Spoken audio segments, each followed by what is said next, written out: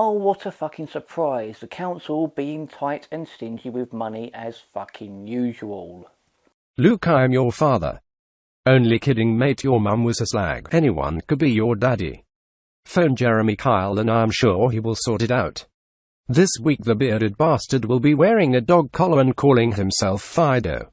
Anything for shits and giggles, I suppose. Snowflakes, be warned, this video may contain naughty words like bum, willies and boobies. Remember, cunts are useful, so be a useful cunt and smash that like button. Fuck you very much. Lack of money prompts care firms to end council contracts. For fuck's sake. Care firms have cancelled contracts with 95 UK councils, saying they cannot deliver services for the amount they are being paid, a BBC Panorama investigation has found. Oh, what a fucking surprise. The council being tight and stingy with money as fucking usual. Some firms said they could not recruit or retain the staff they needed. The local government association said it was the result of historic underfunding and an ageing population. The government declined an interview but said English councils had received £9.25 billion for social care. So despite local councils, 212 UK councils we have, this is down here, despite them being paid £9.25 billion a year, they still expect us to contribute towards this with our council tax. What a fucking joke. The figure for the number of cancelled contracts comes from a Freedom of Information request which was responded to by 197 of 212 UK councils. According to the research carried out for Panorama by Opus Restructuring and Company Watch, 69 care home companies have closed in the last 3 months, and 1 in 4 of the UK's 2,500 home care companies is at risk of insolvency. Councillor Izzy Secombe from the Local Government Association, which represents councils across England and Wales, said, "We have warned that the combination of the historic underfunding of adult social care and the significant pressures of an ageing population and the national living wage are pushing the care provider market to the brink of collapse. These figures show the enormous strain providers are under and emphasises the urgent need for a long-term sustainable solution to the social care funding crisis." How about paying people a decent fucking wage, allowing people's cheap fucking homes to buy so they actually have a place of their own where they are able to look after their own elderly, like they do in other fucking countries. But no, not in Great Britain. Let's just push them into a fucking care home, forget about them, and let other people fucking deal with it. Many home care companies say their biggest problem is recruitment and retention of carers. Yes, because our young in this country are just fucking stupid little twats who either want to grow up and become fucking footballers, or our young women just want to grow up thinking that they're going to be fucking princesses, having a Prince Charming come along and fucking sweep them off their fucking feet. What the fuck is going on with this country? The Centre for Workforce Intelligence estimates at least 2 million more carers will be needed by 2025 in England alone, in both in-home care and care homes, to cope with growing demand. Last October, the regulator for England, the Care Quality Commission, warned that adult social care was at a tipping point. The nationwide shortage of carers is leaving many elderly people stuck in NHS wards, which results in bed blocking. Government figures show there are more than 6,500 people across Britain stuck in an acute hospital bed despite being well enough to leave. In England, a third of these are waiting for a care home package.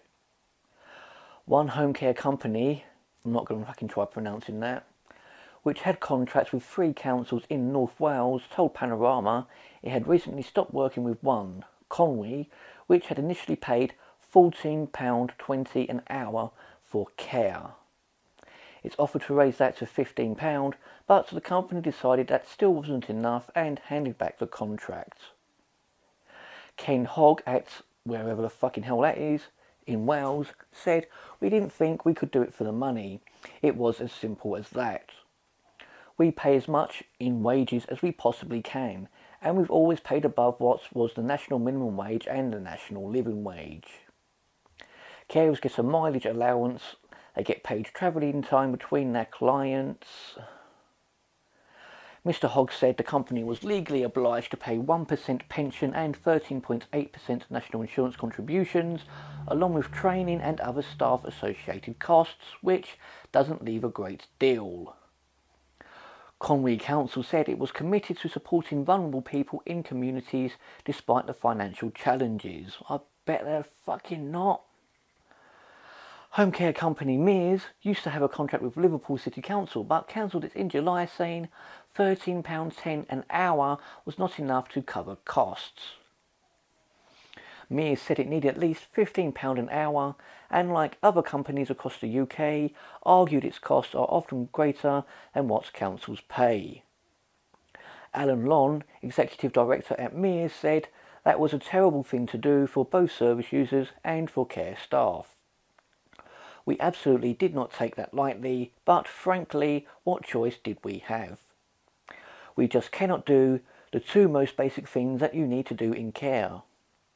Pay staff the absolute minimum of a living wage and be able to recruit enough people to deliver the service that Liverpool Council actually expected from us." The industry's trade body, the United Kingdom Home Care Association, said many companies were really struggling. Colin Angel, its policy and campaigns director, said some care providers are really desperate and really do not know whether they're going to be able to continue in business beyond the next year. He added, that means they're really having to make some hard commercial decisions, whether they might need to cease trading or indeed just hand work back to local councils. Mike Furlong, manager of the Granby Rehabilitation Unit in Liverpool, told Panorama that while on average people spend 28 days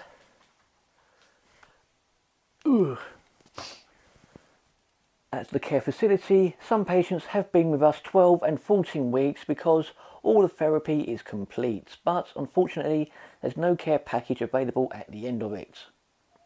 Liverpool City Council said that over the last 7 years its budget had been cut by £330 million, and it now needs to find a further £90 million over the next 3 years.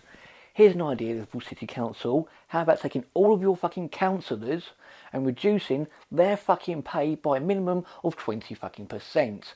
That's going to help you out quite a bit, I would imagine. Samir Kalakesh, Liverpool's Director of Adult Social Services, said, "Is there a crisis in the home care services? I'll say yes, there is. And it's just not money. It's the sheer volume of demographics. We've got an ageing population which we welcome, but we don't have enough people coming into the industry. Try fucking paying better then." Earlier this month, Chancellor Philip Hammond announced £2 billion extra for social care for English councils over the next 3 years. Scotland, Northern Ireland and Wales will decide how they will spend their extra funding. Probably by putting it straight into the council's back fucking pockets. But the industry says that with an increasingly ageing population, it's just not enough to keep pace with demand. The government has said it will be bringing forward more proposals later this year to ensure a financially sustainable social care system. I say it's a load of fucking crap. Lack of money prompts care firms to end council contracts. Yes, because surprise, surprise, your local council does not give a flying fuck about anything other than making money for themselves. That means if they can scrimp and save, they fucking will do, because they are money making fucking corporations. Oh, speak to you soon, people. Bye bye. What a joke. The council do not give a toss about our elderly. Shit, I just remembered we have to visit the mother-in-law. Her care home needs a cleaner. It always smells of piss there.